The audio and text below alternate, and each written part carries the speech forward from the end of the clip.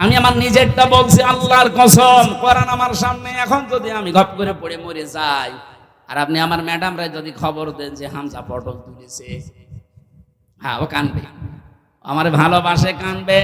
2-3 দিন হয়তো কান্নাকাটি করে খাবার দাবারও হালকা পাতলা বন্ধ করে দেবে। 7 দিন পরে দেখবেন স্বাভাবিক হয়ে গেছে। কি কথা বলছেন? 7 দিন পরে স্বাভাবিক হওয়া শুধু না, 1 মাস যেতে যেতে দেখবেন আবার আনন্দ ফুর্তি আরম্ভ হয়ে গেছে দুনিয়ার মানুষের সাথে। খুব বেশি হলেও 3 মাস 10 দিনের ভেতর ওর বাবা এসে আমার বাবার কাছ থেকে বলে ওরে নিয়েও চলে যাবে, বলবে ও তো নেই, এখন মেয়ে রেখে করবো কি, ঠিক অন্য জায়গায় বিয়ে দিয়ে দেবে। আমার কবরের মাটি এখনো শোকায়নি। ও মাত্র 7 দিন বিয়ের বয়স, দেখবেন ওর বাবাকে নিজেই বলবে, আব্বা, হামজা তো আর কি ছিল, এখন যেটা পেয়েছে এটা 100 গুণ ভালো।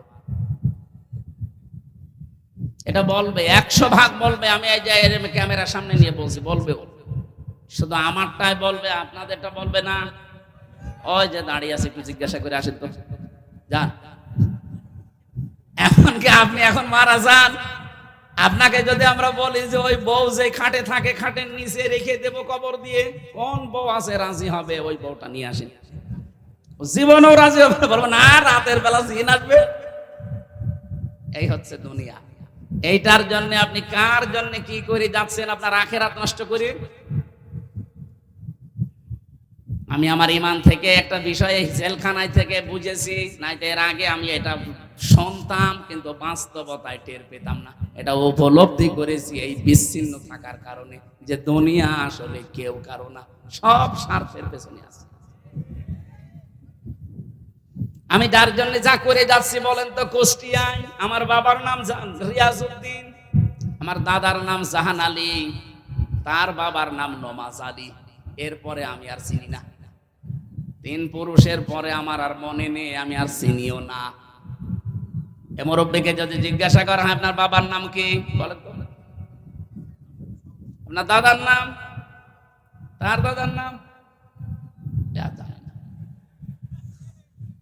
আমি তো তাও 3 পুরুষ বললাম, 2 পুরুষের পর আর মনে নেই, আর জানার দরকার নেই। সাতা শ্রেণী আমি করবো কি? এখন বলেন তো, এই যে নমাজ আলীর বাবা, যেটা খুব বেশি হলো 61 বছর আগে মরে গেছে লোকটা, মাত্র 61 বছর আগে লোকটা। আমি সেদিন হিসাব করলাম খাতা কলম দিয়ে, যে দেখি আমার দাদা, আমার দাদার বাবা, হিসাব করে দেখি আমার বাবা, দাদা আর তার বাবা, এই 3 পুরুষ মাত্র। হিসাব করে করে দেখলাম মাত্র 61 বছর আগে মরে গেছে লোকটা। আমার মনে মনে হচ্ছিল, ওই নমাজ আলীর বাপ যদি এখন এসে বলে, কুষ্টিয়ার এই 2 তলা বাড়ি আমার, এই ভিটা আমি বানিয়েছিলাম, এখন আমি থাকবো, আল্লাহর কসম ওই বুড়োকে আমি ঢুকতে দেব।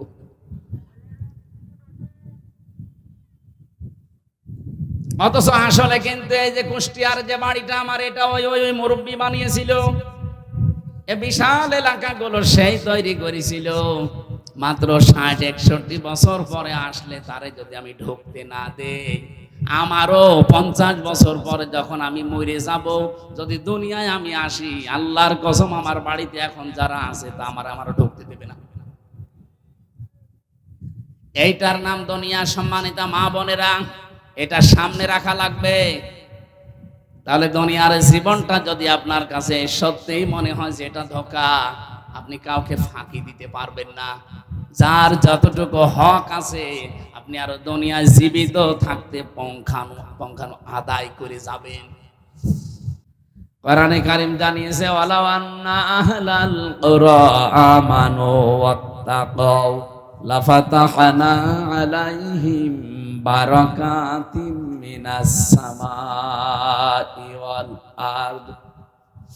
সূরা আরাফের 96 নম্বর আয়াতে আছে, জনপদের লোকেরা, দেশের লোকেরা যদি আমি আল্লাহর প্রতি ঈমান আনে আর তাকওয়া অবলম্বন করে জীবন চালাতে আরম্ভ করে, তার মানে কোরআনে বর্ণিত কাজগুলো করার নাম তাকওয়া। তাকওয়ার যে সমস্ত ব্যাখ্যাগুলো আমরা পেয়েছি, তার ভেতরে 3 নম্বরে হচ্ছে আল আমালু বিতানজিল। তানজিল মানে কোরআন শরীফে কোরআনের নাম আল্লাহ উল্লেখ করেছেন 55টা।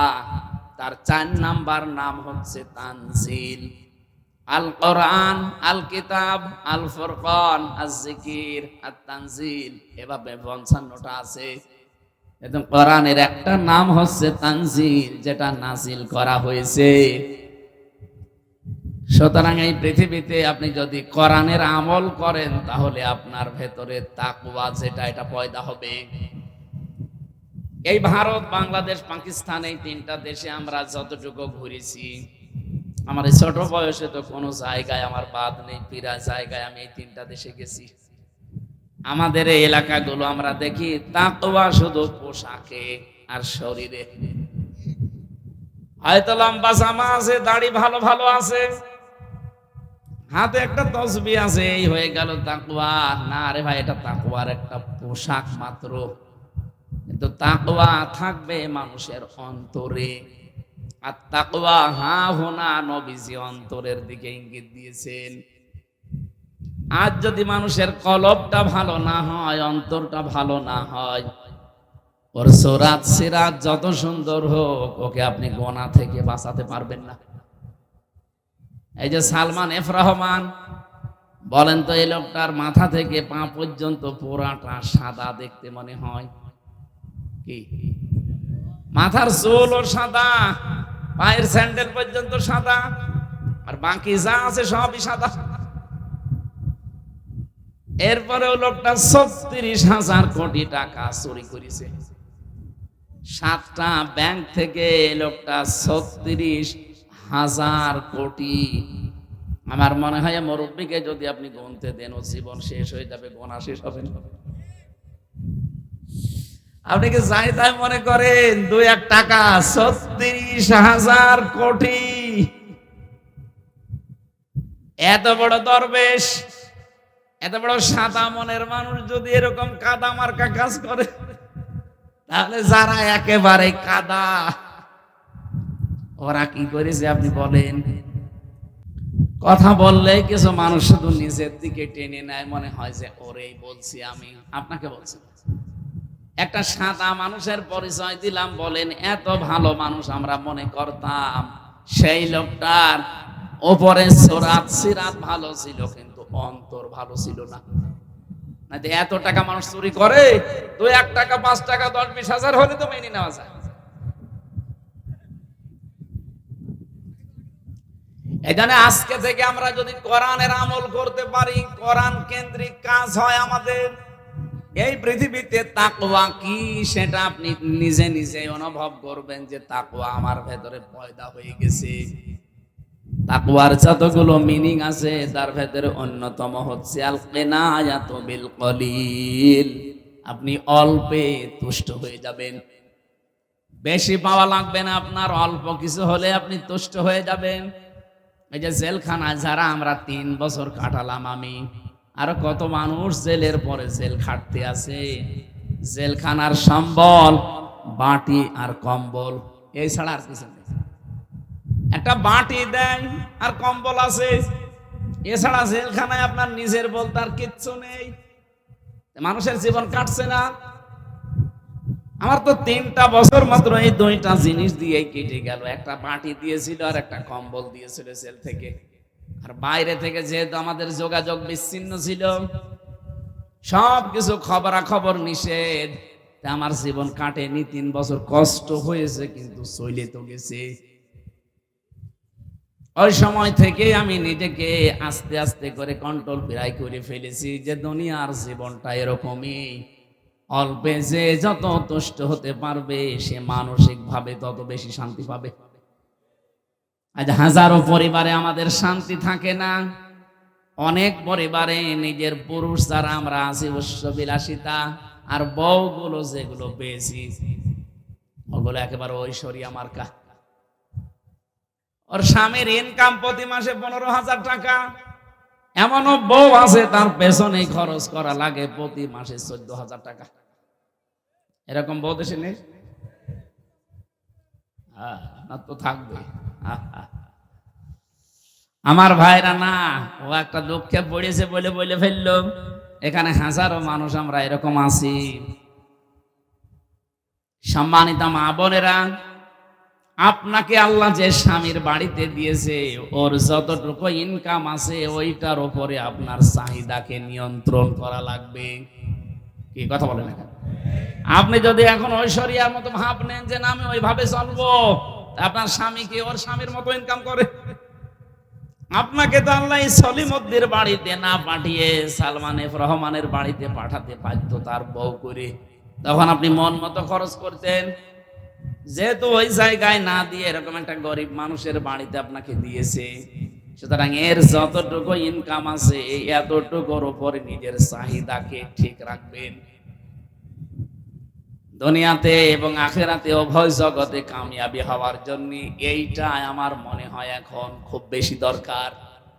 বেশি বেশি পাওয়া, বেশি বেশি পাওয়া, এই পাওয়ার আকাঙ্ক্ষা মানুষের কাটে না ওই দিন পর্যন্ত যতদিন চোখ বন্ধ না হয়। আল্লাহকুমুত তাকাসুরু হাত্তা যুরতুমুল মাকাবির। রব্বুল আলামিন বলেন মানুষ বেশি বেশি পাওয়ার জন্য মহা অন্ধ হয়ে গেছে। এ ঘর কাটে না ওই দিন পর্যন্ত যতদিন ওর কাছে আজরাইল না যায়। ঘর একদিন ঠিকই আপনার কাটবে, সোজা আপনি হয়ে যাবেন। যেভাবে সোজা কথা বলছি আমিও নিজেও সোজা হয়ে যাব, কিন্তু চকলেটের মতো মুড়িয়ে একটা পেঁয়াজ দিয়ে যখন সোজা করে রাখবে ওই সময় আপনি যদি বাঁকা হয়েও কোনো জায়গায় পড়ে মরে যান, তাও যারা নিয়ে মাটি দেবে ঠিক চকলেটের মতো লম্বা করে 3 পেঁয়াজ দিয়ে সোজা করে দেবে, নাকি বাঁকা করে দেয়? এখন হয়তো কেমন কেমন লাগছে যে ছাতা এখন কি বলে, দুনিয়া কি মজা লেলো, খাও দাও ফুর্তি করো। আরে এ কি আরম্ভ করেছে? আরে ভাই কোনো গ্যারান্টি যদি থাকতো আমি বলতাম না। যেহেতু বসে আছেন দাঁড়াবেন সে গ্যারান্টিও আপনার হাতে আছে? নেই। এটা গল্প পড়েছিলাম উপন্যাসে। এক ব্যাঙ একদিন সাপকে ডাক দিয়ে বলে, বন্ধু সবই তোমার ভালো লাগে, তুমি যে আঁকা বাঁকা হয়ে চলাফেরা করো ওইটা ভালো লাগে না, একটু সোজা হয়ে চলতে পারো না?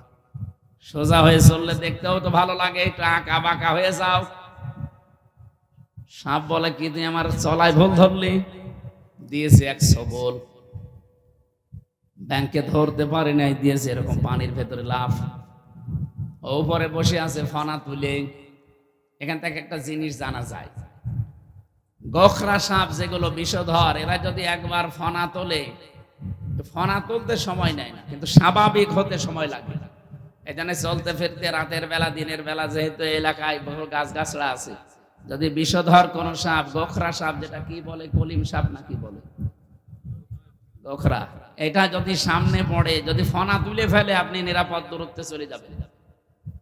ওই এমনি ফনা তুলতে বেশি সময় নেয় না, কিন্তু স্বাভাবিক হতে অনেক সময় লাগে। যেহেতু স্বাভাবিক হতে ওর সময় লাগছে, ওই রাস্তা দিয়ে যাচ্ছিল এক রাখাল, সারাদিন গরু চড়িয়েছে, ছাগল চড়িয়েছে, মেজাজ হট হয়ে আছে। দেখছে ফস ফস করছে, গরু মারা যে লাঠি ছিল ওটা দিয়ে আচ্ছা করে পিটিয়েছে। আইলের উপরে জমির এই যে সীমানা আইল থাকে ওর উপরে লম্বা করে রেখে দিয়েছে। ব্যাং চিন্তা করে, কি গো বন্ধুর তো কোনো খবর নেই, উঠে যাচ্ছে ষাট হয়ে পড়ে আছে, বসে হাওয়ারি খবর কি? ডাক দিয়ে বলছে, বন্ধু আমি এইটাই চেয়েছিলাম যে আঁকা বাঁকা চলো না, সোজা চলো, দেখতে ভালো লাগবে। তুমি সোজা হইলে মরার পরে, এই সোজা যদি আগে হইতে এখন এভাবে পড়ে থাকা লাগতো না। আপনিও সোজা হবেন ঠিকই, এখনই চোখ বন্ধ হয়ে যাক, ঠিক সোজা হয়ে যাবেন। এই জন্য অল্পে তুষ্টি, এটা যেহেতু তাকওয়ার 2 নম্বরে গুরুত্বপূর্ণ একটা পয়েন্টে আছে, আল খাউফু মিনাল জালিল, আল কিনায়াতু বিল কলিল, আল আমালু বিত তানজিল। 4টা বিষয় যদি কোনো মানুষ দুনিয়ায় মানতে পারে, সে যেন মনে করে আমার ভেতরে আল্লাহর ভয় আছে, আমি তাকওয়া অর্জন করেছি। আল্লাহকে না দেখে যেমন বিশ্বাস করি, এভাবে না দেখে ভয় করা। বলেন তো, লেপের নিচে আপনি বসে বসে মোবাইলে, কম্পিউটারে, টেলিভিশনে এমন এমন দৃশ্য দেখেন পৃথিবীর কেউ জানে না। অন্য কেউ দেখলে আপনি লজ্জা পান, নিজে দেখলে আনন্দ পান। এরকম দৃশ্য এ জায়গায় কেউ যদি না থাকে, একজন আছে, দেখতেছে কে? আরো জোরে বলেন। আমি শুধু বলবো, আপনি শুনবেন, এইটাই বিষয় না। আমি নিজে যেন আজকে থেকে এর ওপরে চলতে পারি, আপনারাও চালাতে পারি, সেই তৌফিক আল্লাহ দান করেন। কেউ দেখে না, একজন দেখতেছে। ওনাকে যেমন না দেখে আমি বিশ্বাস করি, না দেখে এভাবে ভয়ও করি। টেলিভিশন হোক, মোবাইল হোক, কম্পিউটার হোক, ল্যাপটপ হোক, যেটা বাইরে দেখা যায় যাচ্ছে, ওটা টেলিভিশনের পর্দায় দেখা যায় যাচ্ছে। যেটা বাইরে দেখা যায় নেই, যেটা টিভির পর্দায়, মোবাইলের পর্দায়ও দেখা যায় নেই, এটা মাসলা। কথা বুঝেছেন? একটা মেয়ে লোকের সর্বোচ্চ পর্দা হচ্ছে আজিমাত। হাত মোজা, পা মোজা দিয়ে মাথার চুল থেকে পায়ের তালু পর্যন্ত পোড়াটা ঢেকে রাখবে। এমনকি চোখের ওপরও হিসাব টেনে দেবে একটা কালো হালকা কাপড়, এটার নাম আজিমাত। এটা যদি কেউ করে চলতে পারে, ও সোনায় সোহাগা। মেয়েদের জন্য রুখসাত আছে, ছাড় আছে। সব জায়গা তো আর এরকম আপনি চলতে পারবেন না। এই জন্য কিছু কিছু জায়গায় ছাড় আছে মেয়েদের জন্য। এই হাতের কবজি, পায়ের পাতা আর মুখমণ্ডল, এই তিনটা জায়গা বাদ দিয়ে যদি প্রয়োজন হয়, আপনি পুরা শরীর ঢেকে বাইরে যেতে পারবেন। আলেমদের এখানে মতামত আছে দুইটা। আগে যেটা বললাম ওইটাই আপনি যদি মেনে চলতে পারেন তাহলে সর্বোত্তম। ইমাম আবু হানিফা রহমতুল্লাহ আলাইহির মত হচ্ছে, একটা মেয়ে লোকের সতর বা পর্দা ফরজ যতটুকু, মুখমণ্ডল, হাতের কবজি, পায়ের পাতা বাদ দিয়ে পুরা শরীর আপনি ঢেকে রাখবেন। আর একটা পুরুষ মানুষের সতর কি নাভি থেকে শুরু করে হাঁটু পর্যন্ত ঢেকে রাখাই লাগবে যদি কাপড় থাকে। কাপড় না থাকলে আপনি উলঙ্গ হয়েও থাকতে পারেন। এখান থেকে আরেকটা মাসলা বের হয়, যারা গোসল করতে যান, বিশেষ করে আটক জায়গা, আপনি কাপড় চোপড় খুইলেও গোসল করতে পারেন, জায়েজ আছে। কথা বুঝতেছে? তাই বলে আপনি এই নদীতে আবার সব খুলে নেবেন না।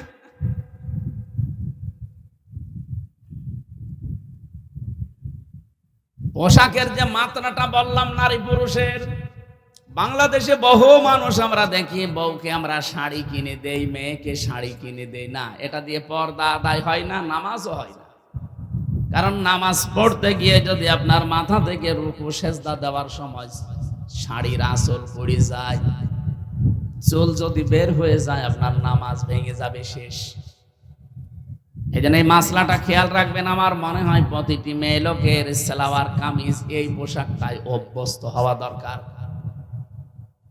350, 400, 500 টাকা হলে জিনিসও হয়ে যাবে, পর্দা আদায় হবে, নামাজও হবে, খরচও বাঁচবে। ওই 3000, 4000 টাকা দিয়ে শাড়ি ও ছাতা না কিনলেও আমার মনে হয় এখন ভালো আপনারা এইটা কিনে দেবেন। আমি মদিনার মিউজিয়ামে গিয়েছিলাম, হযরতে ফাতেমাতুজ জোহরার পোশাক আমি দেখে এসেছি। ওটা ওনার পোশাক কিনা আমি জানি না, কিন্তু লেখা আছে হাজিহি লিবাসুন লিবাসাতুন ফাতিমাতুজ জোহরা রাদিয়াল্লাহু তাআলা আনহা। এটা ফাতেমাতুজ জোহরার পোশাক। এ পর্যন্ত হাতা দেওয়া আছে, পা পর্যন্ত লম্বা। মেয়েরা এরকম পোশাক বানায়, আমার মনে হয় পড়লে আপনার সব কিছুই ওকে থাকবে। হঠাৎ করে কোনো পুরুষের সামনে পড়ে গেলে আপনার ফরজ বিধান পর্দা লঙ্ঘন হবে না। আমার কথা বোঝা গেছে নাকি বলেন? আমার শাড়ির এই কালচারটা বাদ দিয়ে এই পোশাকটাই অভ্যস্ত হবেন মেয়েরা। আমি যে কথা বলতে চাচ্ছি, কোরআনের আমল করা, এটার নাম তাকওয়া। সুতরাং আজকে থেকে আপনি কাজ কারবার করলেই দেখবেন এটা কোরআন কেন্দ্রিক হয় কিনা। যদি দেখেন না কোরআনে নিয়ম নীতি নেই, দেখবেন কোরআনের ব্যাখ্যা হাদিস কোনো কিছু পাওয়া যায় কিনা। এখন যদি বলেন এত কিছু করতে হলে তোমার আলেম হওয়া লাগবে, কে বলেছে আপনাকে? ইসলামের মৌলিক কয়েকটা নীতি, খুব বেশি না। আপনি একাধারে প্রতিদিন আধা ঘন্টা করে সময় দিয়ে যদি 1-2 মাস একটু দেখেন, আপনি ইসলাম মানতে পারবেন। অন্তত ফরজ বিধানগুলো কারো কাছে জিজ্ঞাসা করা লাগবে না। হ্যাঁ, আপনি যদি একেবারে কোরআন বুঝে একেবারে সেই আল্লামা সাঈদীর মতো পড়তে চান, তাহলে তো 10-12 বছর সময় এমনি দেওয়া লাগবে। খুলনা সাতক্ষীরা বাসে একটু খেয়াল করেন, আমি যে কথা বলতে চাই, আল্লাহর হাত থেকে যদি আমরা পুরস্কার নিতে চাই, আমল করা লাগবে বাবা যেটা দিয়েছে ওইটা, না কোরআনের। আমান হাকামা বিহি আদালা, যারা কোরআন দিয়ে বিচার করে তারা ন্যায় বিচার করতে পারে। 54 বছর বলেন তো কোরআনের বিচার একটাও হয়েছে? ন্যায় বিচার পাবেন কি করে?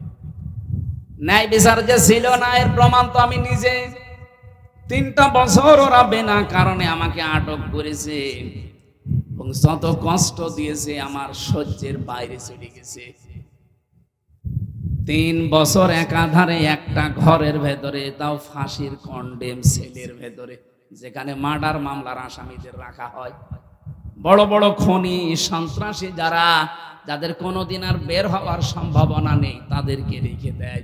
অথচ আমারে রেখে দিয়েছে ওই জায়গায়। আরে ভাই, রেখে দিলি দে, অন্তত যোগাযোগ করতে দিবি না বাড়িতে? 3 বছর ওরা আমার বাড়ি থেকে আসে না আসে আমি জানতামই না। বের হয়ে শুনলাম আমার দাদা মরে গেছে, আমার নানি মারা গেছে, আমার এক চাচাতো ভাই মরে গেছে। কিছুই জানতাম না। কি কষ্ট পেয়েছিলাম 3 বছর। আপনি নিজের জায়গায় একটু দাঁড় করান তো, একটু খোলামেলা দিলেও তো হয়। জেলখানা তো বড় জায়গা। আমি যে গাজীপুরের কাশিমপুরে ছিলাম, ওটা প্রায় একটা গ্রামের মতো। এদিক ওদিকে মিলায় প্রায় 2.5 কিলো 3 কিলোমিটার। একটা গ্রাম এত বড় হয়?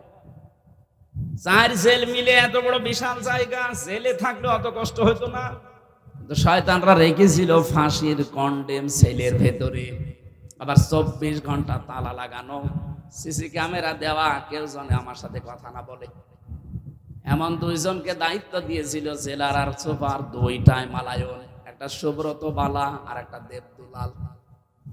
এর হাতে দেখতাম লাল সুতা বাঁধা আছে, 2টা রয়ের এজেন্ট। এই জন্য আলেমদের প্রতি এত কষ্ট।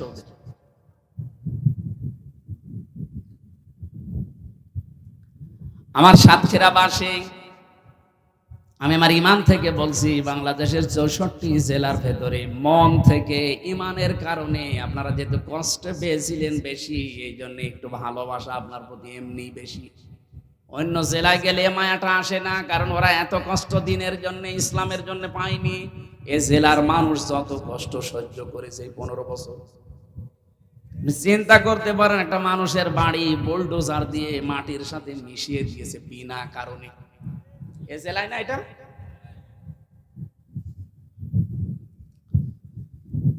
কোরআনের বিচার আমরা পেলাম না। 54 বছর চলে যাচ্ছে দেখতে দেখতে। এটা যে থাকলে কেমন লাগে। আমি মালয়েশিয়া কয়েকদিন আগে ছিলাম, ওখানে কোরআনের বিচার ফুল নেই, কিন্তু যতটুকু ওরা অন্তত মেনে চলে অতটুকুই শান্তি আছে। সৌদি আরবে ছিলাম আমি, ওখানে কোরআনের বিচার 100 ভাগ পাইনি, হয়তো 60 ভাগ আছে 100 ভাগের ভেতরে। তাই যে শান্তিতে ওরা থাকে। মালয়েশিয়া বিশ্ববিদ্যালয়ে গিয়েছিলাম, আন্তর্জাতিক বিশ্ববিদ্যালয় যেটা, ওখানে 120টা দেশের ছেলে মেয়েরা পড়াশোনা করে। অন্যান্য দেশের ছেলেরা আমারে বলছিল, হুজুর এই যে মোবাইলটা, এই মোবাইলের দাম প্রায় 80,000 টাকা, এখানে পড়ে আছে। শুধুমাত্র এর পাশ দিয়ে যদি বাংলাদেশ আর ভারতের লোক না যায়, এ কিয়ামত পর্যন্ত পড়ে থাকবে, কেউ নেবে না। কিন্তু বাংলাদেশের আর ভারতের লোক যদি এর পাশ দিয়ে যায়, গায়েব হয়ে যাবে। আমার মুখ থাকে ওখানে, কারণ আমার বাড়ি কোথায়। আমার কথায় আপনি আমারে বাস দিলেন। যে মোবাইলটা পড়ে আছে, বিশ্বের অন্য কোন দেশের লোক যদি পাশ দিয়ে হেঁটে যায়, 120টা দেশের মানুষ পড়ে ওখানে, এতগুলো দেশের ছেলে মেয়ে। কেউ নেবে না পড়ে থাকলে। কিন্তু আপনাদের দেশের লোক আর ভারতের কোন শয়তান যদি পাশ দিয়ে যায়, ও গায়েব করে ফেলবে। তারপর ও দেশে যদি চুরি করলে হাত কেটে দাও, এই আইনটা থাকতো, আমাদের 2 দেশের মানুষও নেওয়ার সাহস পেত না। আমার দাদা, আমার ছোট দাদা বলছিল যে আমি একবার হজে যেয়ে দেখি অজুখানায় একটা মোবাইল পড়ে আছে, কেউ নিচ্ছে না। চিন্তা করলাম কি গো, মোবাইল কি নষ্ট নাকি? কিন্তু সিসি ক্যামেরা দেওয়া তো। মনে মনে ভয়, যদি হাত দেয় আর ধরা পড়ে যায়, দেশে গেলে মানুষ বলবে হাজী সাহেব চোর, কারণ হাত কেটে দেবে। কি করি, কেউ তো নেয় না, সব চলে যায় আশপাশ দিয়ে। এদিক ওদিকে তাকিয়ে দেখলাম এখন আর কেউ ভেতরে নেই, আস্তে করে তুলে নিলাম। হারানো জিনিস ওই মসজিদে নববীর সামনে একটা ঘর আছে, ওখানে জমা দেয়, ওখানে জমা দিলাম। ওনারা জিজ্ঞাসা করলাম, ভাই এই মোবাইলটার দাম কেমন হবে? ওনার ভাষা দিয়ে আমার জিজ্ঞাসা করছে, ইয়া হাজিউল হুজ্জাত আয়না বিলাদুকা, হাজি দেশ কোথায়? যে তুমি বাংলাদেশ। বাংলাদেশ থেকে এসেছি। উনি ওনার ভাষা দিয়ে বলছে, হাজি যে মোবাইলটা পেয়েছেন, এই মোবাইলটা বাংলাদেশের টাকার মান অনুযায়ী ৭২,০০০ টাকা, তাও ১৬ সালে। এখন তো আরো বেড়ে গেছে, ওটা লাখ পার হয়ে যাবে। ৭২,০০০ টাকার মোবাইল ওই সময় পড়ে আছে, কেউ নিচ্ছে না। এদেশে থাকবে ৭২ পয়সা রেখে দেন, থাকে কিনা? যে কথা তুলেছিলাম এইটাই বলার জন্য, কোরআনের বিচার যদি আমরা সত্যি পেয়ে যেতাম এই দেশে, ৭২,০০০ টাকার মোবাইল না, ৭২ কোটি টাকা পড়ে থাকলেও কিয়ামত পর্যন্ত ওখানেই থাকতো। এরকম একটা বিষয় আল্লাহর নবী বানিয়েছিলেন সমাজ ব্যবস্থা এই কোরআন দিয়ে। সেটা এখনো আছে আমাদের কাছে, কিন্তু আজ পর্যন্ত কোরআনের বিচার কি একটাও আমরা পাইনি। আরো দু একটা আছে, এগুলো আছে হালকা পাতলা, ওইগুলো তুলে দেওয়ার জন্য আন্তর্জাতিক ভাবে কিছু ষড়যন্ত্র চলছে। ১৬ সালে আমার সাথে হজে গিয়েছিল ফরিদপুরের একজন, ও যাবার সময় আমার গল্প করছে, আমার পাশে বিমানের সিট পড়েছে, বলছে হুজুর কাজ একটা করে এসেছি। কি? জমি জায়গা দোকান পাট যা ছিল সব ছেলের নামে লিখে দিয়েছি। আসার সময় 2টা মেয়ে ছিল, ওদের মাথায় হাত দিয়ে বললাম কাবা শরীফে যাচ্ছি, দোয়া করে দেব। আপনার হজ বাংলাদেশে যাওয়া দূরের কথা, জেদ্দার বিমানবন্দরও পার হবে না। আপনি কিসের দোয়া করতে এসেছেন এখানে? আপনার নিজের গোনায় তো মাফ হবে না, আপনি শরীক ফাঁকি দিয়েছেন। কান খাড়া করে শোনেন, কান সাতক্ষীরাবাসী যারা শরীক ফাঁকি দেন, বোনের জমি, ভাইয়ের জমি, মেয়ের জমি, জনগণের কোন সম্পদ যদি শরীক কেউ ফাঁকি দেন, 2টা সমস্যায় আপনি পড়বেন। 1 নম্বরে যেদিন শরীক ফাঁকি দিয়েছেন, ওই দিন থেকে যতদিন বেঁচে আছেন যা ইবাদত বন্দেগী করবেন একটাও কবুল হবে না। এখানে যদি এরকম কেউ থাকেন যারা ভাইকে ফাঁকি দিয়ে জাল দলিল করে নিজের নামে লিখে নিয়েছেন, হ্যাঁ, যদি এরকম কেউ থাকেন আজকে যে ওটা ফেরত দেবেন। অনেকে মনে করে বোনেরটা ফাঁকি দিলে মনে হয় সমস্যা নেই, কারণ আমার আপন বোন, আরো ডবল গুনাহ হবে। একদিকে আপনি শরীক ফাঁকি দিলেন, আর একদিকে আত্মীয়তার সম্পর্ক সমস্যা করলেন। আমি কাউকে কিছু বলবো না, চোখ বন্ধ করে আসি। সত্যি করে বলেন তো, বোনকে ফাঁকি দিয়েছেন যারা, একটু হাত তুলে দেখান, ওরা দেখুক। কেউ নেই। আমার মনে হয় এই এলাকায় ভাই কারি সাহেব, আপনার ওয়াজ দিয়া ঠিক হয়নি, এত সব আল্লাহর ওলি বসে আছে। কিসের ওয়াজ দিয়েছেন আপনি? এখানে গান দেবেন?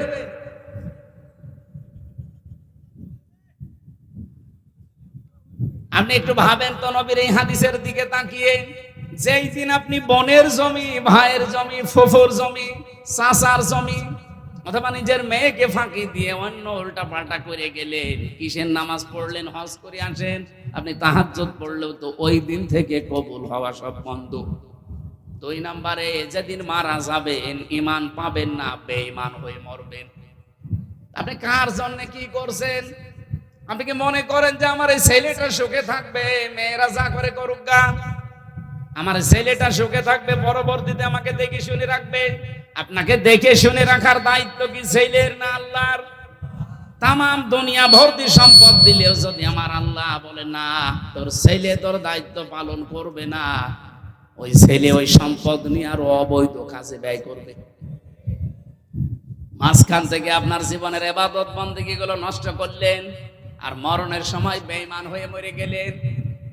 কারো জন্য কিছু করার দরকার নেই, দুনিয়া পুরাটা একটা ধোঁকা। আপনি মনে করবেন আপনার বউ এও ধোঁকা, আপনার মা বাবা এও ধোঁকা, সব ধোঁকা। আমার কোরআনে কারিমে আল্লাহ জানিয়েছেন, আমাল হায়াতুদ দুনিয়া ইল্লা মাতাউল গুরুর।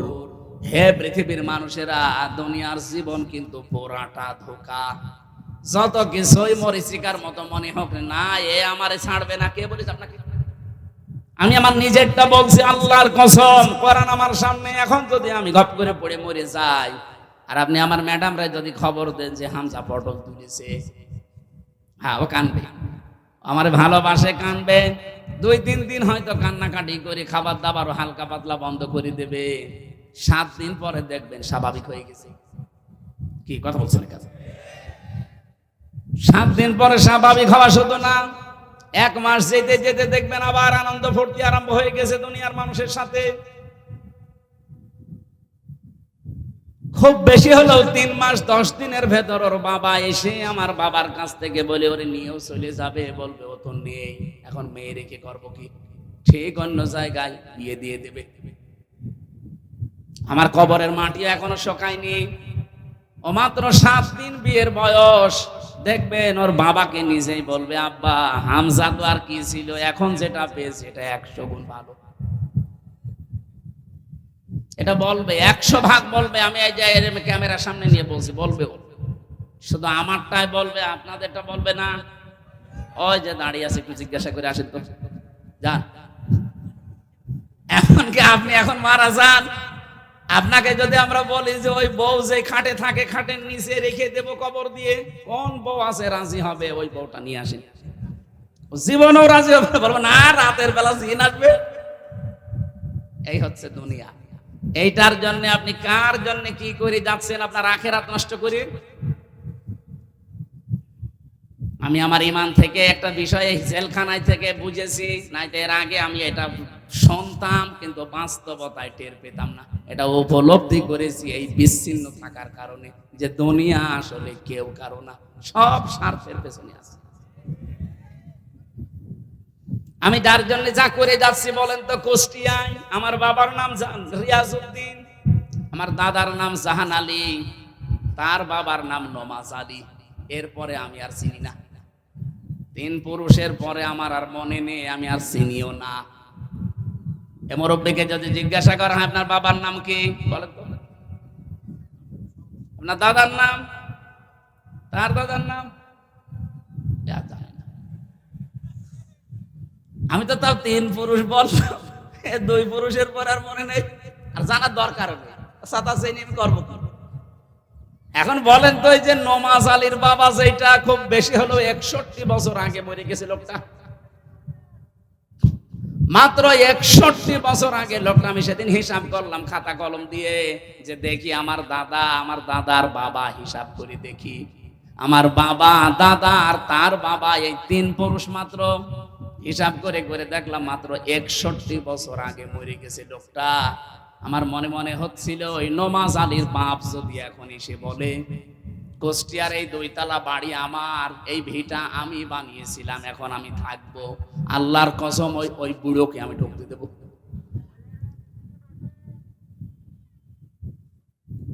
অথচ আসলে কিন্তু এই যে কুষ্টিয়ার যে বাড়িটা আমার, এটা ওই ওই মুরব্বী বানিয়েছিল। এ বিশাল এলাকাগুলো সেই তৈরি করেছিল। মাত্র 60-61 বছর পরে আসলে তারে যদি আমি ঢুকতে না দেই, আমারও 50 বছর পরে যখন আমি মরে যাব, যদি দুনিয়ায় আমি আসি, আল্লাহর কসম আমার বাড়িতে এখন যারা আছে তা আমারও ঢুকতে দেবে না। এইটার নাম দুনিয়া। সম্মানিতা মা বোনেরা, এটা সামনে রাখা লাগবে। তাহলে দুনিয়ার জীবনটা যদি আপনার কাছে সত্যিই মনে হয় যে এটা ধোঁকা, আপনি কাউকে ফাঁকি দিতে পারবেন না। যার যতটুকু হক আছে, আপনি আরো দুনিয়ায় জীবিত থাকতে পঙ্খানো আদায় করে যাবেন।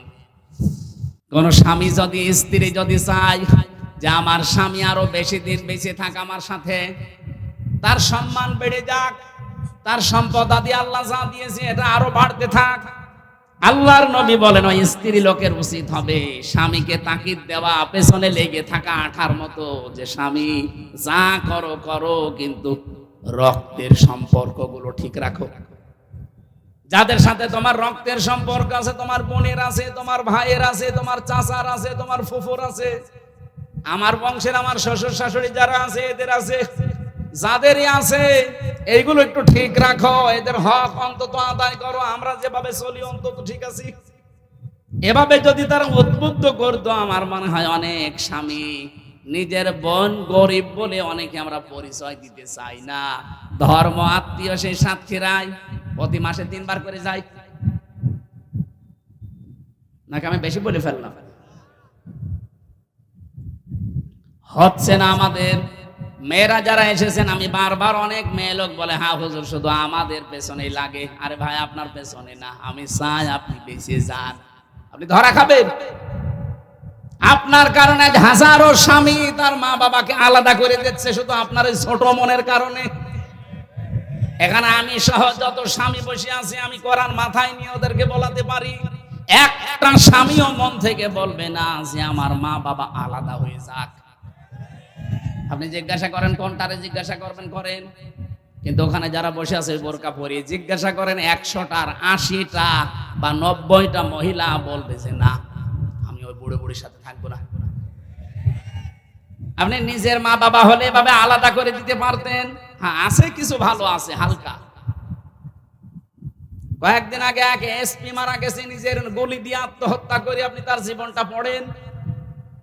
এই বউ শাশুড়ির দ্বন্দ্বের কারণে লোকটা মানসিক যন্ত্রণা সহ্য করতে না পেরে একজন এসপি, চিন্তা করতে পারেন একটা জেলার সেকেন্ড কমান্ডে আছে সেই লোকটা, তার প্রতিদিনের উপায় অন্তত চোখ বন্ধ করে থাকলেও 20 লাখ। বিসিএস ক্যাডার কোথায় পৌঁছিয়ে তার জীবনটা অলরেডি কিছুদিন পরে সে এসপি হয়ে যেত, এরপরে ডিসি হইতো, এরপরে রাষ্ট্রের গুরুত্বপূর্ণ কোন দেশের অন্তত রাষ্ট্রদূত হয়ে জীবনটা একেবারে জান্নাতের মতো কাটাতে পারত। পারিবারিক জীবনে ওর বউ আর মা এদের ভেতরে সাপে নেউলের মতো সম্পর্ক। শাশুড়ি যারা এসেছেন শুধু নামাজ পড়া রোজা রাখা আর কালো বোরকা পরা ইবাদত না, অন্যের একটা মেয়ে এসেছে, মেয়েটাকে নিজের মেয়ের মতো দেখতে পারেন না। একটু ভাবা যায় না যে আমার মেয়ে যদি দোষ করতো আমি কি এভাবে বকাবকি করতাম না, শিখিয়ে দিতাম? ওইটা একটু মনে করে অন্তত চালিয়ে নেন। বৌমা যারা এসেছে এরা যদি মনে করতো এগুলো আমার মা বাবার মতোই, মা বাবা যদি আমার বেঁচে থাকতো আমার কাছে এইভাবেই থাকতো। আমি যতটুকু বুঝি ভাই ইসলাম আর বাস্তবতা, আজ হাজার পরিবারে শুধু বউ আর শাশুড়ির ছোট মনের কারণে আমরা মানসিক রোগী হয়ে যাচ্ছি। এখানে এরকম রোগী আছেন কারা? হাত তোলেন তো। একজন, ঠিক আছে। মা বোনদেরকে বলবো নামাজ যেভাবে গুরুত্ব দিয়ে পড়েন, রোজা যেভাবে গুরুত্ব দিয়ে রাখেন, পরিবারটা এইভাবে একটু গুরুত্ব দিয়ে রাখেন, দেখবেন পরিবারে আমার আল্লাহ একটা অনির্বচন সুখ দান করবেন। কোরআনের বিচার ব্যবস্থার কথা বলছিলাম, এটা নেই এই জন্য আমরা আজ অবিচারে আছি। সত্যি যদি এটা আমরা আজ দেখতে পেতাম, কোরআনের বিচার থাকলে আপনি মিনি জান্নাতে বাস করতেন। এইটাই আমরা সামনে কায়েম করতে চাচ্ছি, কিন্তু ষড়যন্ত্র যেহেতু হচ্ছে আমাদের এই জন্য ঐক্যবদ্ধ থাকা লাগবে। আরে ভাই কোন আদর্শ মানেন, কোন দল করেন, শব্দ দেখলেন 54 বছরে কি পেয়েছেন আপনি? আপনার বাবা কি পেয়েছে? মরে তো কবরে চলে গেছে সে। এখন আপনাকে কিছু পাওয়া লাগবে দুনিয়ার আখেরাত মিলে। আপনার কপালে যেটা লেখা আছে এটা তো মাস্ট বি আপনি পাবেনই, তার যাতে বেশিও পাবেন না কম পাবেন না। মাঝখান থেকে আপনার আখেরাতটা নষ্ট করেন না, তৈরি করে যান। কোরআনে নামাজের কথা যেহেতু 82 বার আছে, রোজার কথা 1 বার আছে, যাকাতের কথা 82 বার আছে, হজের কথা 1 বার আছে। আর কোরআন দিয়েই পরিবার সমাজ রাষ্ট্র চালানো লাগবে, এটা আছে 918 জায়গায়। কোরআনে কারিমে কোরবানির কথা আছে কয়বার? বলেন বলেন। মাত্র 1 বার আল্লাহ দিয়েছেন, ওয়ালিকুল্লি উম্মাতিন জাআলনা মানসাকান, এ পৃথিবীতে যত উম্মত আমি পাঠিয়েছি আদম নবী থেকে, প্রত্যেকটা নবীর উম্মতের প্রতি একটা বিধান ছিল, তার নাম কোরবানি। তার নাম কি? ওয়াতলু আলাইহিম নাবা আবনাই আদম বিল হক। হে নবী, আপনার উম্মতদেরকে আদম নবীর কাহিনীটা একটু ভালো করে শোনান। আদম নবীর ওই সন্তানদের যে কাহিনীটা, ঈদ করবা কোরবানান, যখন তারা কোরবানি পেশ করেছিল, তাদের শরীয়তের নিয়ম ছিল এরকম চাটিয়াল ময়দানে পশু জবাই করে রেখে আসতো, আকাশ থেকে আগুনের ঝলক এসে পুড়িয়ে ফেলতো, তাহলে বুঝতো লোকটা ভালো মানুষ, ওর টাকা হালাল। পড়ে থাকতো, আগুনের ঝলক এসে পুড়িয়ে দিত না, এলাকার মানুষ বুঝতো যে এ 2 নাম্বার, এর টাকাও 2 নাম্বার। আর আমার মনে হয় মাঝে মাঝে আয়াতটা পড়লে এই শরীয়ত যদি এখন আমাদের দেশে থাকতো, কত হাসি সে ধরা। ঠিক মানে এখানে আমরা 1000-এর ভেতরে 990 জন ধরা খাতাম। কথা বলে না কেন? দেখতে তো ভালোই মনে হচ্ছে, অর্থ সম্পদ উপায় ঠিক নেই, এমনকি নিজে পবিত্র না, নিজেও অপবিত্র হয়ে আছে, হারাম মাল ভেতরে ঢুকিয়ে নিজের শরীর মন সব অপবিত্র করে আছে। অপবিত্র সম্পদ দিয়ে জবাই করবে কোরবানি, ওটা জীবন ও আকাশ থেকে আসবে না। এই 2 ভাইয়ের ভেতরে এই কোরবানির নিয়মটা ছিল তাদের। একজন যখন রেখে এসেছে কবুল হয়েছে, আর একজন একটা হয়নি। আল্লাহ পাক বলেন তখন এই আর একটা যে আছে ভাই, যারটা হয়নি, এ লোকটা তেড়িয়ে এসেছে। ফাতাকাব্বালা মিন আহাদিহিমা ওয়া লাম ইয়াতাকাব্বাল মিনাল আখার ক্বালা লা আকতুলান্নাকা লামে তাকিদনুনে সাকিলা।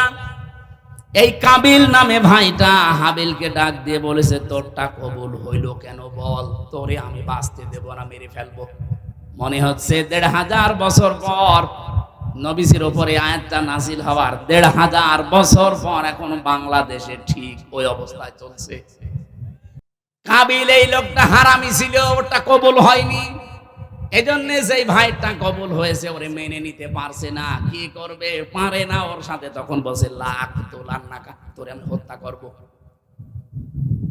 হাবিলও জবাব দিয়েছিল, আমরা আজ হাবিলের যারা আদম নবীর সন্তান হিসাবে হাবিলের মতো আমরা যারা আছি, আমার মনে হয় এখন যে অবস্থা চলছে হাবিলের মতো জবাব দেওয়া লাগবে।